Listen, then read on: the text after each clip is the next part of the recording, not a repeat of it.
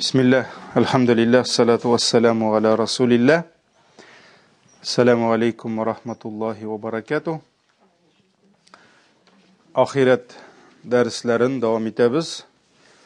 Bugün bizning оказывается urush aytaman 56-chi ders ekan endi. Alhamdulillah. Biz endi söylashdik bir ders cennet, bir ders cehennem deb ham uzgan derslerde biz endi cennette bulgan idik, şolay bit. Cennet turunda söylashgan idik. Hazır endi cehennemne devam etamiz. Cehennem turunda biz anın zorluğu hem tirenligin iske algan idik. Hem ne kadar cehennem zor, anda bütün kişiye orun jite. Hatta Allah Teala cehennemge kişilerini kirtkenden soň tuldingmi dep soray. Şolay bit. Kur'anda ayet var. Cehennem nerse di? Hal min mazid di. Alla tagın barmı di? Bolsa bir ayda di. Mına şoňa görä cehennem ol bik zor, hem ol bik tiren, hatta hadis iske aldık. Peygamber sallallahu aleyhi ve sellem sahabeler bilen oturganda taş düşken tawuş işitile. Hem bilesizmi bu nindi tawuş digeç, sahabeler Allah hem elçisi yaxşırak biledi.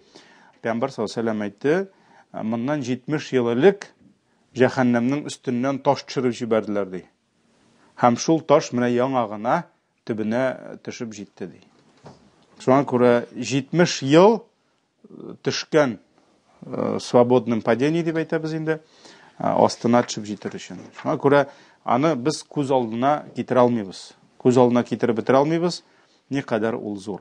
Бүген сөйләшәбез җәһәннәмнең баскычлары турында. Баскычлары. Гарәп телендә бар ике сүз. Берсе аның без татар телендә кулланабыз, икенчесен юк. Ләкин алар икесе дә гарәп теле, гарәп сүзе дәрәҗә бар. Дәрәҗә. Нәрсә ул дәрәҗә? Степень. Шулай бит инде. Бу дәрәҗәле кеше диләр. Бу беренче дәрәҗә, икенче дәрәҗә диләр. Ягъни ниндидер югары баскычларны күрсәтә торган, белдертә торган сүз. Дәрәҗә. Бу гарәп сүзе. Дәрәҗә. Ләкин гарәп телендә бар дәрәкә дигәне. Бар дәрәҗә, бар дәрәкә. Нәрсә ул дәрәҗә? Гадәттә дәрәҗә сүзе кулланыла üskə mingan sayın. Birinci dərəcə, ikinci, üçüncü, dördüncü, beşinci dərəcə. Dərəkə kullanıla osqa düşkən sayın. Bu qərəb dilinin baylığı indi. Mənə qədətdə qərəb şiğanaqlarından vağazga əzirləngəndə bik zor problemi, məsələn, şəxsən mənim özüm üçün süz tavıb bulmay tatar tilində ol sözlərgə. Rus tilində jеңilrək. Менә бүген безнең инде мин үзем татар малай, татар телемне күпкә әлбәттә күбрәк яратам, ләкин бүген татар теленең хәле аяныч. Бүген хәтта сүз төзеп, сүз җыеп, җөмлә төзим дисәң, матур итеп, бүген сүзләр юк. Юк бүген сүзләр. Алар күбесе биткән, без аларны югалтканбыз. Ничек инде Хатип абый әйтмешли, үз дәүләтең булмагач, ул инде сүзең дә юк. Шуңа күрә bizning bugün sözlüklerde, sinonimlar sözlüklerinde yok sözler. Менә гарәп теле, рус теле дә якында килә алмый. Рус теле ул бай. Аның синонимнарын гына карасаң да, ул теге бер фикерне әйтер өчен әллә нинди сүзләр кулланырга була. Гарәп теле ул бөтенләй ул космос, ул һавада. Ни өчен менә кайбер кеше әйтә бит, нигә Коръан гарәп телендә булган? Ул гарәп теле кебек бай тел бүтән юк. Аның байлыгы, менә игътибар иткән булсагыз, ахирет дәресләрендә кыямәт көненең исемнәрендә шундый мисал китердек. Ни өчен кыямәтнең исемнәре күп? Чөнки гарәп телендә бер әйбер зур булган сайын, дәрәҗәләрек булган сайын, аңа синонимнар күбрәк. Шуңа күрә кылыч сүзенең 500ләп синонимы бар. Кылыч, ну ладно, меч, сабля, тагын китерергә була инде, шулай бит кинжал, нож дисәң була инде. Гарәп телендә кылычның 500дән артык синонимы бар. Менә шуңа күрә гарәптә әгәр дә син үскә дисәң, дәрәҗә дисәң, аска дисәң, дәрәкә дисәң. Бездә ул барыбер нәрсә? Шул ук дәрәҗә кат-кат дип килә инде. Менә шуңа күрә җәһәннәмгә килгәндә күбрәк кулланыла дәрәкә дип. Ягъни җәннәтнең дәрәҗәләре, җәһәннәмнең нәрсәләре була инде? Дәрәкәләре була. дәрәкәләре. Ягъни аска төшкән сайын ул инде дәрәҗә дип түгел, күбрәк дәрәкә дип атала. Һәм моңа дәлил Аллаһ Тәгалә Ниса сүрәсенең 145-нче аятында нәрсә ди? Иннал мунафиқина, дәреслектә мунафиклар, кемәл ул мунафиклар? Икейөзлеләр. Ягъни тыштан үзенең мөселманлыгын күрсәтә, ләкин эчтән кафир. Икейөзле, шулай бит инде. Иннал мунафиқина, дәреслектә мунафиклар фиддаркил асфали минан нарди, җәһәннәмнең иң аскы дәрәкәсендә ди. Иң аскы катында була инде. Җәһәннәмнең катлары дәрәкәләр дип атала. Шуңа күрә гарәпләрдә дәрк, дәрәкә сүзе ул аска барган сайын, дәрәҗә сүзе нәрсә? Өскә менгән сайын. Шуңа күрә җәннәт дәрәҗәләр кайсысында яхшырак җәннәтнең? Беренчесендәме, икенчесендәме? Беренчесенә карый, әлбәттә инде, сразу җидегә менеп киттегез. Әлбәттә, астан өскә менгән сайын дәрәҗәсе арта. Һәм нәрсә? Анда күбрәк яхшырак нигъмәт була. Җәһәннәм аска төшкән сайын. Шуңа күрә бар беренче дәрәкә, анда газап, ләкин икенче дәрәкәдә тагын да зур газап. Өченче дәрәкәдә тагын да зур газап, дүртенче дәрәкәдә тагын да зур газап. Димәк, җәннәтнең иң рәхәте иң өсте. Шуңа күрә Пәйгамбәр саллаллаһу алейһи ва сәллям нәрсә диде?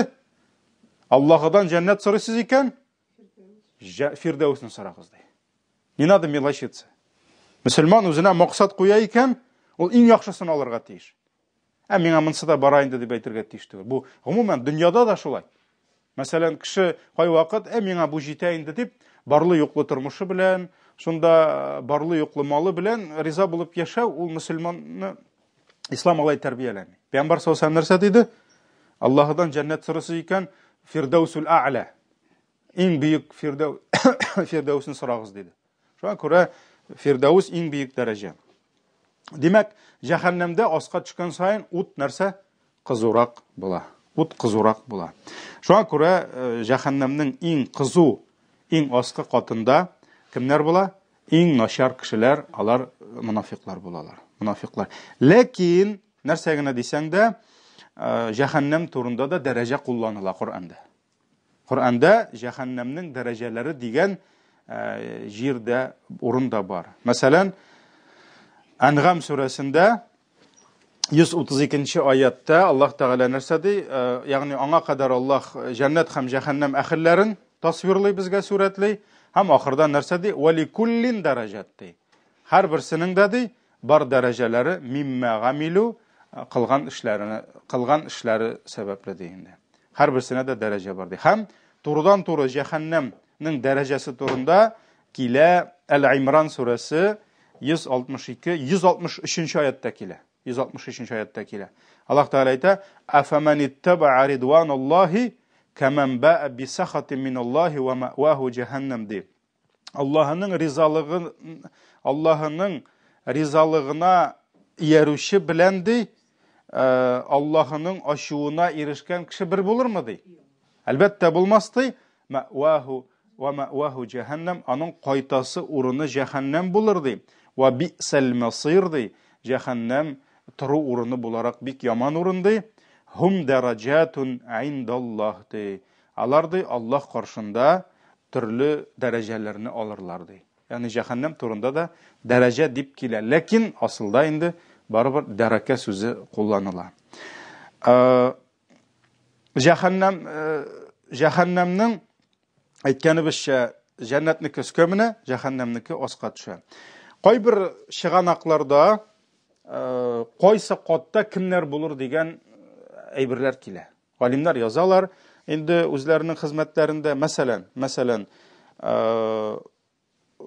иң беренче катында җәһәннәмнең инде язалар гынахлы мөселманнар булыр дип.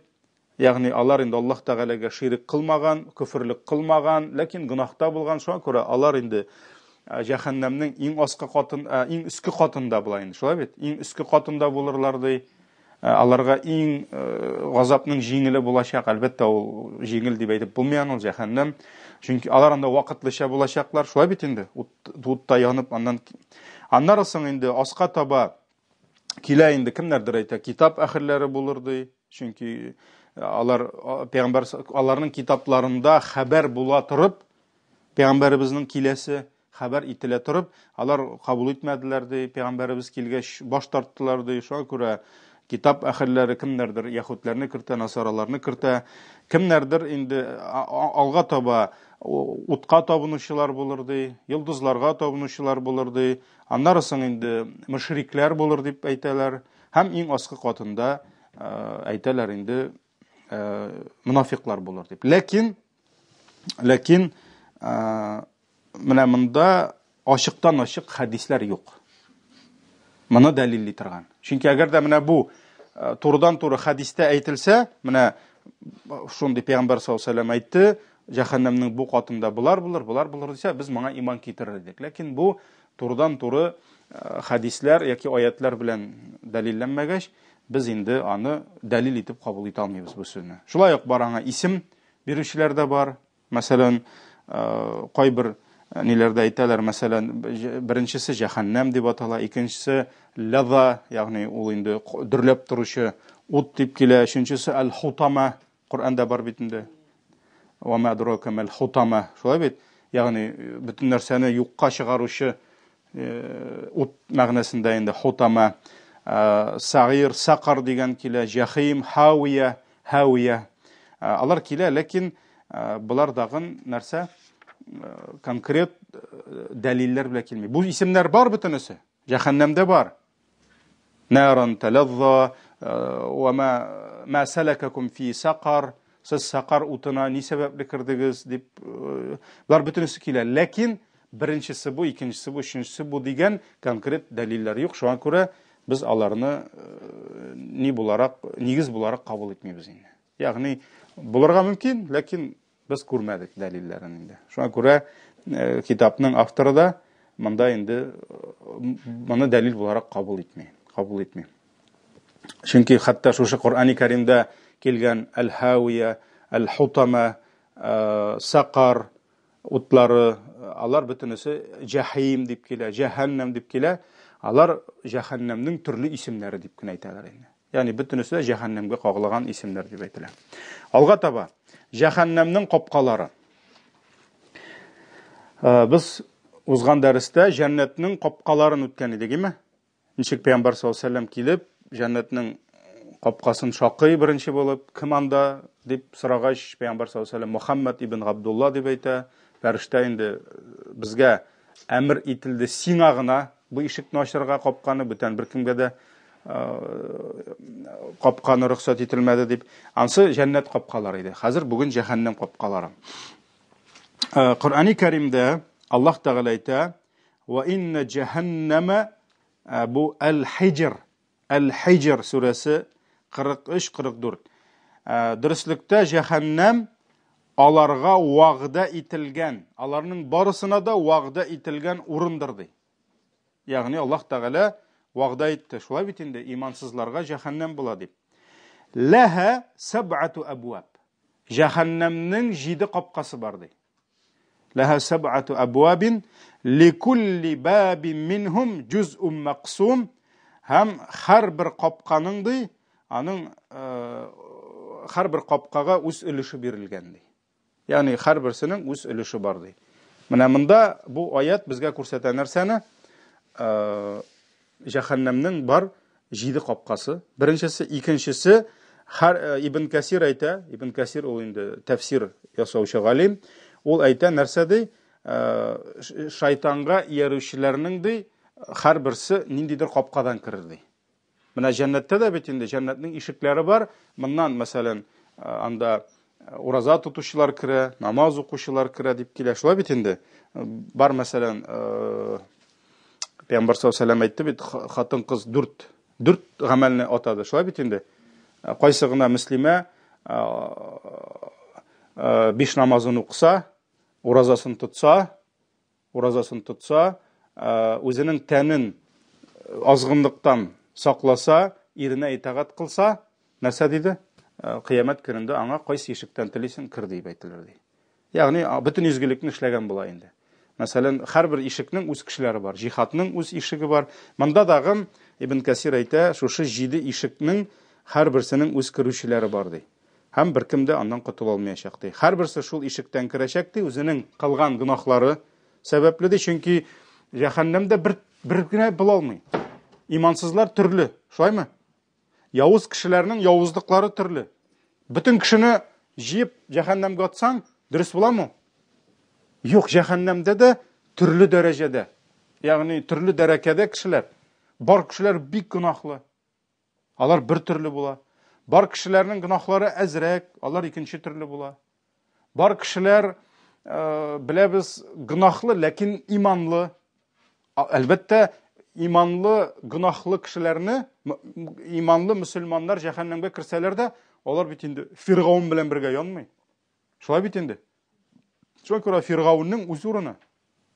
Мәсәлән, хәтта Пәйгамбәр саллаллаһу алейһи ва сәлләмгә зыян китергән сахабалар заманында яшәгән менә бу гарәп мөшрикләрен алсаң да, алар төрлесе төрлечә. Шуңа күрә Абу Лахаб белән бергә куеп буламы Абу Талибны? Булмый. Абу Лахаб ничек дошманлык күрсәтте Пәйгамбәр саллаллаһу алейһи ва сәлләмгә? Шуңа күрә Аллаһ Тәгалә Куръанда аят иңдерде. Таббат яда Аби Лахаби ва табди. Кырсын Абу Лахабның кулы ди. Һәм ул хурлык белән ма агнаганху малуху ва ма касабти. Аңа файда китермәде ди. Җыган акчасы да һәм аның ниедә ва ма касаба касып иткән балалары дип килә инде. Уллары да аңа хәтта Абу Лахаб үлгәч әйтәләр, ул үлеп сасып ятты ди. Аны килеп тә караучы булмады ди. Һәм малае килеп кергәч күрде ди исләнгәнен, һәм ерактан чиләк белән су сипте өстенә ди. Күрәсең инде ул шундый хәлдә иде. Шуңа күрә Аллаһ Тәгалә әйтә, файда китермәде ди. Абу Лахаб хурлык белән китте.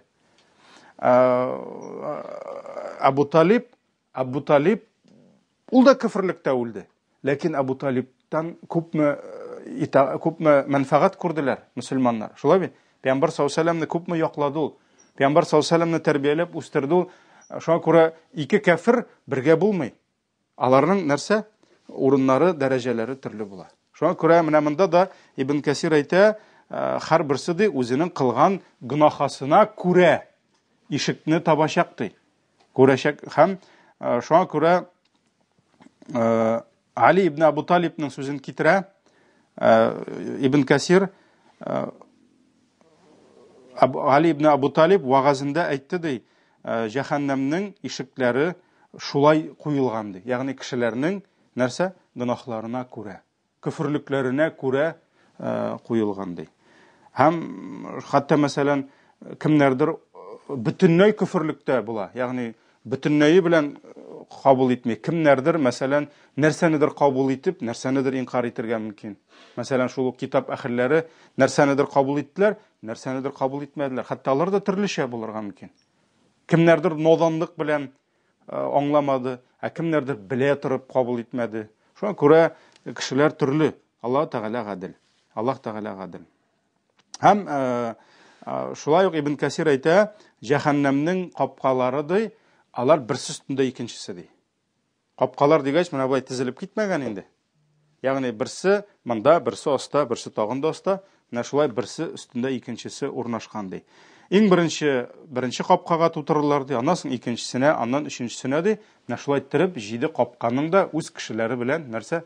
Җәһәннәмне тутырырлар дип әйтә Ибн Касир үзенең тәфсирендә. Шушы аятка.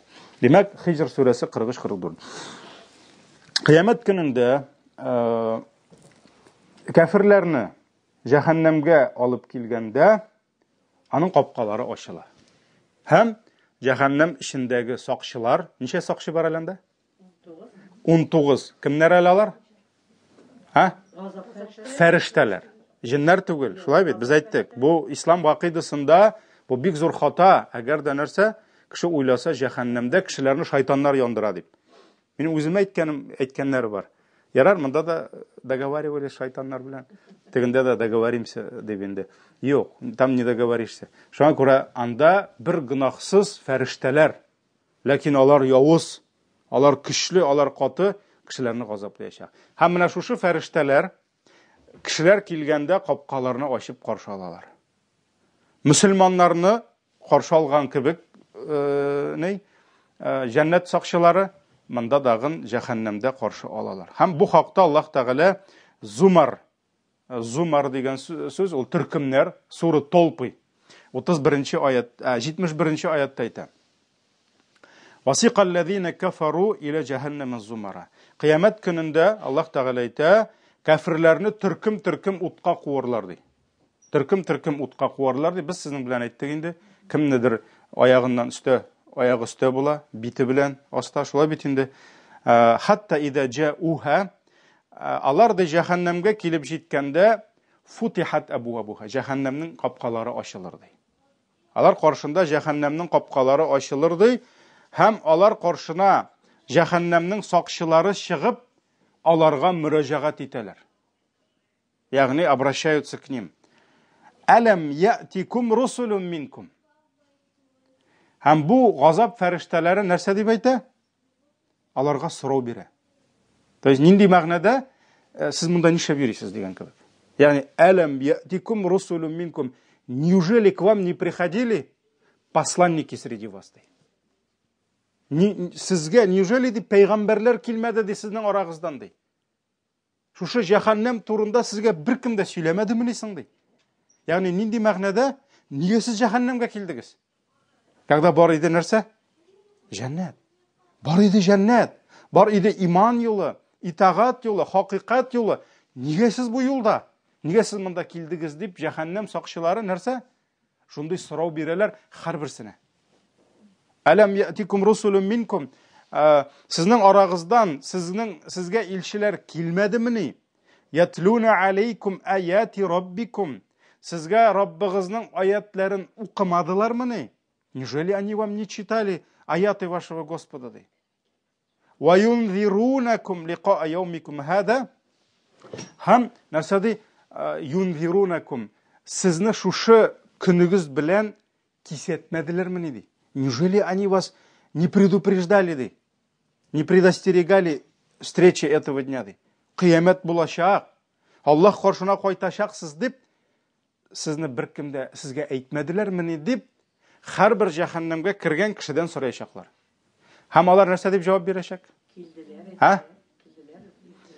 Җәһәннәмгә кергән бер генә бер кеше дә не будет оправдываться.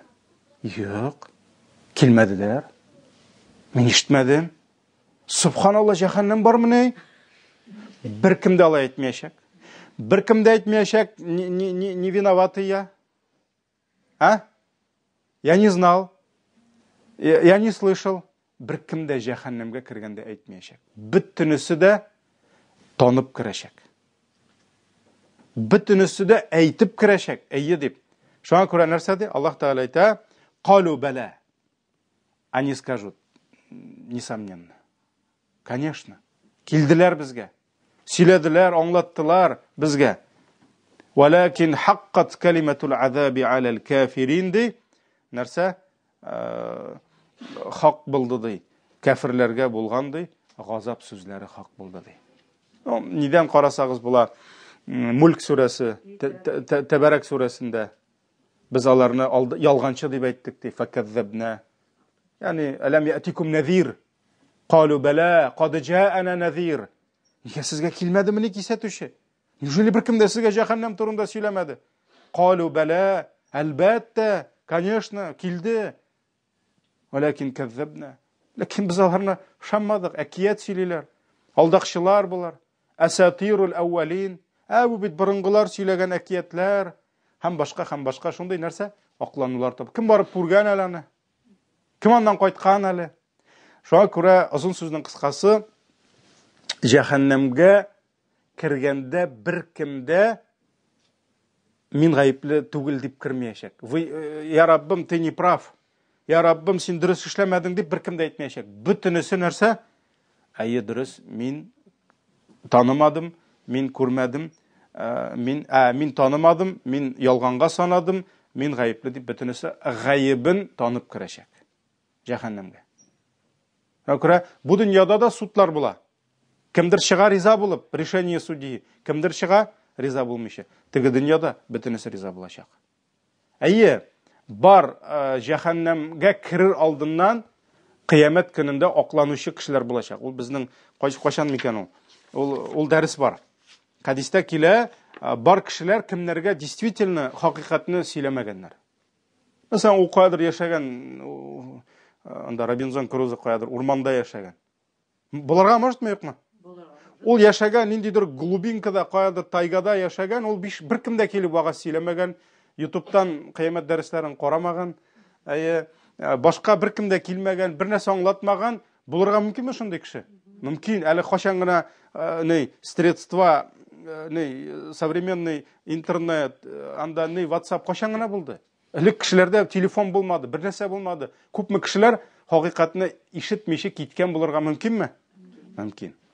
Алар ансы башка. Кыямат көнендә аларга хөкем булачак. Аллаһ Таала әйтә: "Ва ма кунна мугаззибина хатта набгата расуля", ди. Мы никого не наказывали, ди, пока не отправляли к нему посланника, ди.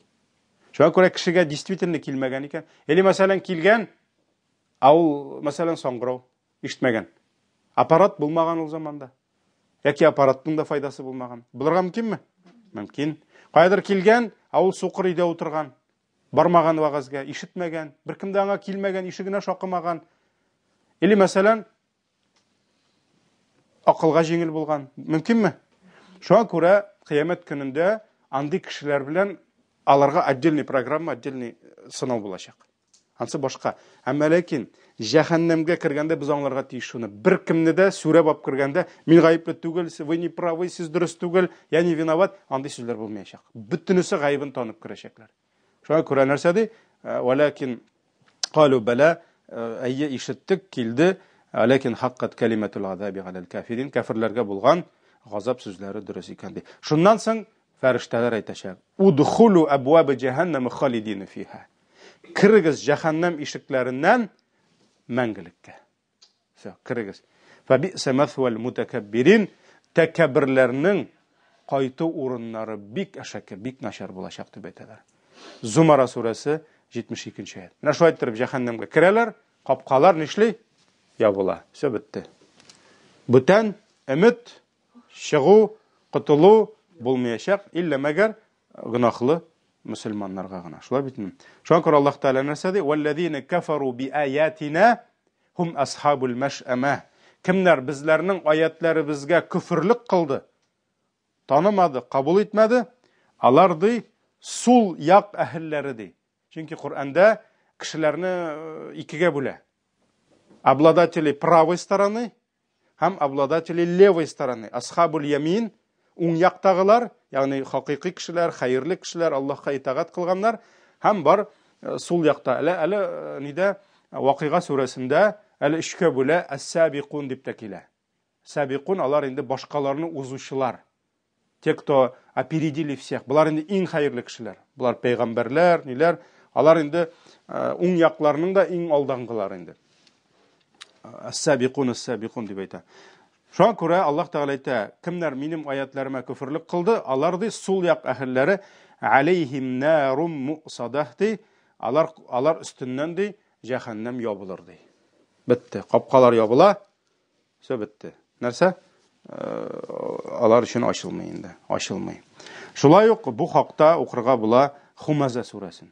Хумаза бөтенләй ул инде сүрәне башыннан алып ахырына кадәр укырга була. Вайлул ликулли хумазатил лумаза. Кешеләрне яманлаучы, кешеләрне кимсетүчеләргә булыр ди, нейди? Газап булыр дип, вайлун инде ул үзе кайгы дип килә инде. Ләкин аның берничә мәгънәсе бар. Хумаза, лумаза анда инде ничек мәгънәсе? Кемдер тел белән кешеләрне нитә, гаипле, гайбәт сөйли, мыскыл итә, яманлый, кемдер ни белән, хәрәкәт белән генә. Мәсәлән, үтеп барганда анда, мәсәлән, күрсәтә инде мыскыл итеп, булай тирәҗә шунда. Ягъни ни белән? Жестами, әйе. Үзенең хәрәкәтләре белән кешене кимсетә инде. Аллази җама'a мала ва аддада, ул ди җиде үзенең малын ди, һәм ул малны санады ди. Аллази җама'a яхсабу анна малаху ахлада, ул уйлады ди, мин җыган байлык мине ди увековечит, мине мәңге яшәтәчәк дип уйлады ди. Калла ла юмбаданна фил хутама, Юк ди, ул хутама дигән утка керәчәк. Менә хутама сүзе инде. Бер исеме дип әйткән ик бит. Бер нидә. Шуңа күрә Аллаһ Тәгалә шушында да җәһәннәм турында әйтә.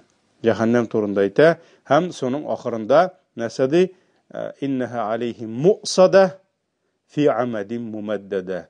Ул ди аларның өстеннән ди ябылачак ди. Ябылачак ди җәһәннәм. Шулай торып ябылып нишли? Инде алар шунда утта калачаклар.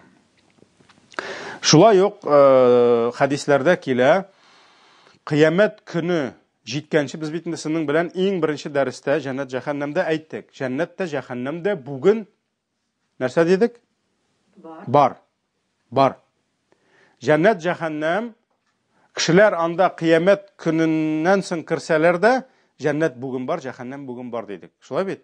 Әһле сунна вал җамаға гакыйдасы буенча без иман китерәбез, алар икесе дә бар. Аларның капкалары бар, аларның сакчылары бар, аларның уты, тегенең нигъмәте, җәннәтнең бөтенесе бар дидек. Һәм кыямәт көненә кадәр җәһәннәмнең ишекләре һәм җәннәтнең ишекләре ачылып ябылып тора. Ачылып ябылып тора. Моңа дәлил, мәсәлән, Рамазан ае турында килә. Шулай бит?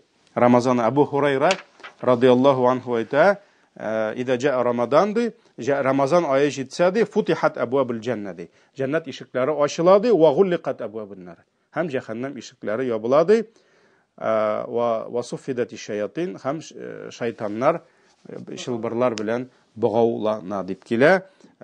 Бу хадис бар. Шуңа күрә бу хадис дәлил булып тора нәрсәгә? Димәк, җәһәннәмнең ишекләре ачыла, ябыла. Җәннәтнең ишекләре ачыла, ябыла. Гадәттә инде ишек ачылса, яхшы ишек ачылса, ул нишли? Үзенә тарта, шулаймы? Начар ишек ачылса, нишли?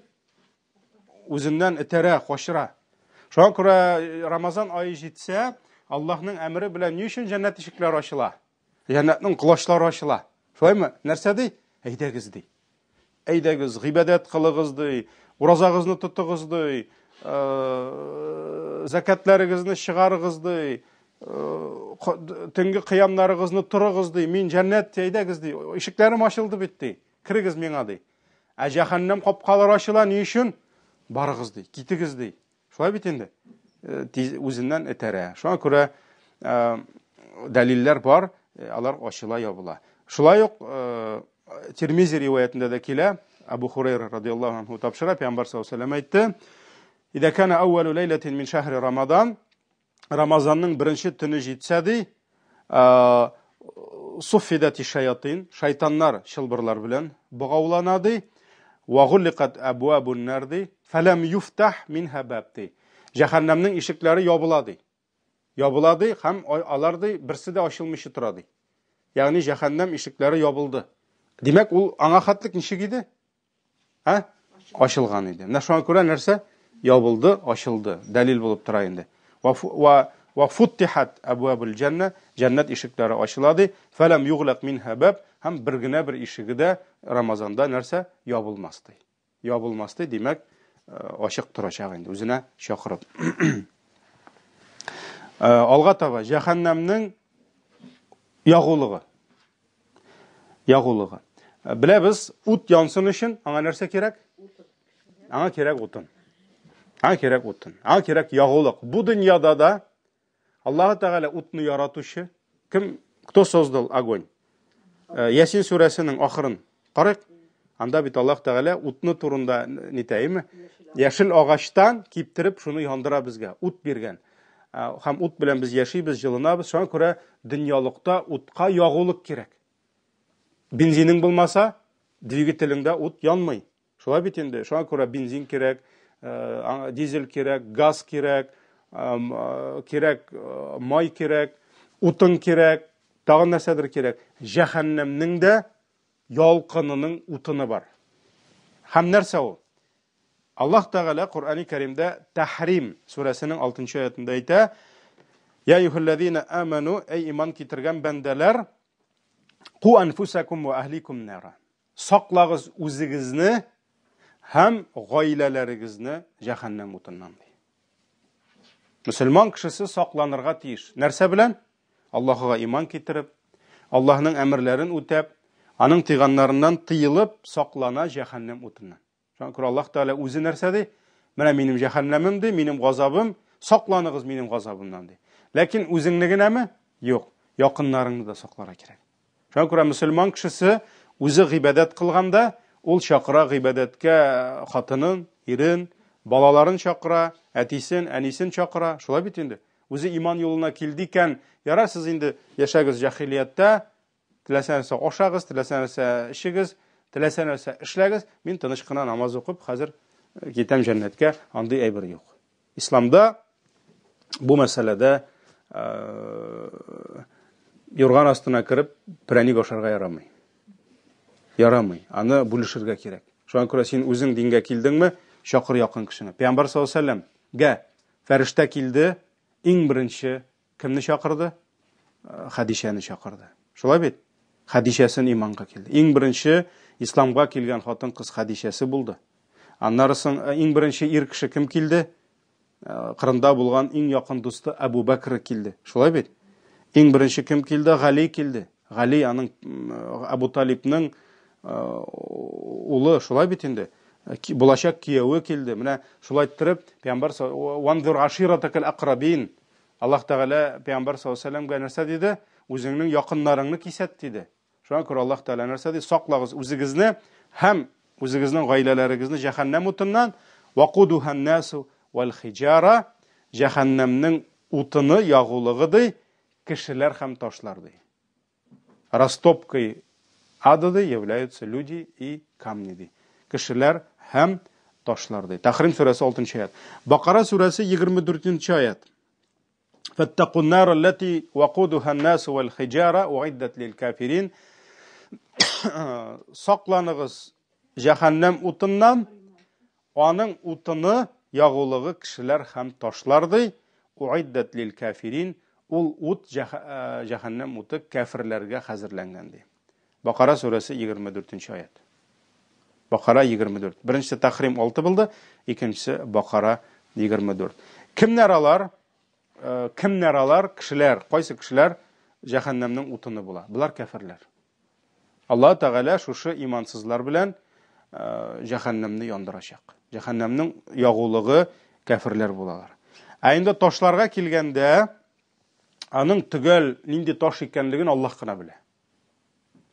Илгәре заманнарда инде, мәсәлән, сахабалар, табигиннар, тәфсир галимнәре килә, кайберләре аны күкерт дип әйткәннәр. Күкерт. Бар бит? Серные камни. Ни өчен инде алар әйткәннәр? Все-таки бу китапның авторы әйтә, конкрет хадисләр юк ди. Аятларда килмиде нинди таш дип ди. Шуңа күрә ул заманнарда 7-8 гасырда яна торган таш дип күргәннәр серные камни, күкертне, күкерт ташларын. Аны хәтта әйтә торган булганнар нәрсә дип, мәсәлән, беренчедән ул яна торган таш битен башкалары янмый. Бу таш яна. Икенчедән күкертнең нәрсәсе бар? Серының исене. Авыр. Сасыз. Шуңа күрә алар нәрсә дигәннәр? Димәк, җәһәннәмдә булачак серные камни, ул сасы, анасын аның нәрсәсе чыга? Төтене чыга. Исе генә түгел. Ул бит төтене чыга. Шуңа күрә бу инде хәзерге заман кешеләре аны шул ни инде химия дәресләрендә генә үтергән микән. Шуңа күрә нәрсә? Шуннан чыгып алар әйткәннәрдер дип әйтәләр инде галимнәр. Ә булай конкрет юк ди. Һәм бар галимнәр әйтәләр, все-таки сера дип килми, чөнки Аллаһ Тәгалә ди, без бүген беләбез ди, серадан ныграк янган ташлар бар ди. Серадан катырак янган ташлар бар ди. Димәк, наука, фән тапты яңа ташлар. Димәк, Аллаһ Тәгалә яраткан күкерттән дә ныграк яна торган ташлар. Кайберләр әйтә, Аллаһ Тәгалә җәһәннәм өчен аерым ташлар яратачак ди. Шул ташлар янсын өчен ди. Янсын өчен ди. Шуңа күрә төрлесе әйтә. Ибн Раҗаб әйтә инде, күпчелек тәфсир галимнәре элекеге заманда ди, моны ди күкерт ташларын әйткәннәр ди. Ни өчен? Чөнки аларның үзенчәлекләре булган ди. Нинди үзенчәлек? Ул янган, аның исе булган, аның сасы, аның төтене булган, һәм ул янганда тәнгә ябыша торган булган. Кызуына инде тәнгә тисә, мәсәлән, бармагыңа. Шуңа күрә җәһәннәмдә инде күз алганнар ул янганда кешегә ябышып яна дип инде. Һәм аның температурасы зур булган. Ташның температурасы зуррак бит инде. Шуңа күрә шул дип уйлаганнар. Ләкин Аллаһ Тәгалә белүче инде. Кайберләр әйтәләр, шулай ук җәһәннәмнең ташлары ди булыр кешеләр гыйбадәт кылган иләһәләр ди. То есть это будут те идолы из камней, которым поклонялись люди дип әйтәләр. Чөнки искә төшерегез әле, җәһәннәмгә керер алдыннан һәрберсе көтеп торачак үзенең иләһен. Шулай бит инде. Каждый будет стоять и ждать свое божество, которому он поклонялся, һәм ул иләһләр килеп җыеп алып китәчәкләр. Шуңа күрә ниндидер ташка бер халык табынган булса, ул таш киләчәк тә, әйдәгез әле дип, бөтенесен алып китәчәк, һәм алар бергә җәһәннәмдә янашак дип әйтелә. Шуңа күрә растопкой для ада будут люди и камни дигән сүз, камни дип кайбер галимнәр әйтәләр, это идолы, которым люди поклонялись вместо Аллаха дип инде. Шуңа күрә Әл-Әнбия сүрәсен китерәләр моңа 98-99 аят. Иннакум ва ма та'будуна мин дуниллахи хасабу джаханнам антум лаха варидун ди. Сез һәм Аллаһыдан башка сез гыйбадат кылган затлар ди, и то, чему вы поклонялись, кроме Аллаха ди, хасабу джаханнам. Сез бөтенегезле җәһәннәмнең ягулыгы ди. Вы растопка для ада ди. Лаха ва антум лаха варидун. Һәм сез шунда керәчәксез ди. Лау кана хаулаи алихатан ма варадуха ва куллун фиха халидун ди. Әгәр ди сез гыйбадат кылган ташлар ди, шын иләһ булсалар ди, алар җәһәннәмгә кермәсләр иде. Алар бит кермәсләр, иләһ керә алмый бит җәһәннәмгә, шулай бит. Шуңа күрә алар кермәсләр иде ди, әмма барысыдан да мәңге калачак ди. Менә бу Әл-Әнбия, Пәйгамбәрләр сүрәсе, Сура пророки 98-99. Бу дәлил булып тора нәрсәгә? Җәһәннәмдә ташлар янашак, кешеләр гыйбадат кылган иләһләр. Хәтта мәсәлән, Пәйгамбәр саллаллаһу алейһи вакытында да 300-дән артык иләһ булды. Алар күбесе таштан, шулай бит инде. Гомумән элек-электән менә бу истукан, идоллар, ниләр, алар күбесе нәрсә булган? Таштан, шулай бит инде. Шушы ташларга гыйбадат кылганнар инде. Ярар, җәһәннәм турында бүгенгә шул җитә. Без калдык нидә? Җәһәннәмнең җиле, җәһәннәмнең суы һәм җәһәннәмнең күләгәсе. Менә бу дөньяда 3 источник бар, прохлады. Кеше 3 әйбер белән суына. Нәрсәләр ул? Салкын су, салкын җил, шулаймы? Җил исә һәм күләгәгә керә. Җәһәннәмдә 3-се дә бар. Ләкин 3-се дә кешене газаплаячак. Менә шуның белән шунда калабыз. Икенче дәрескә җәннәт иншалла. Субханакаллаһумма бихамдик, шаду ан ла илаха илля анта, астагфирука ва атубу илейк.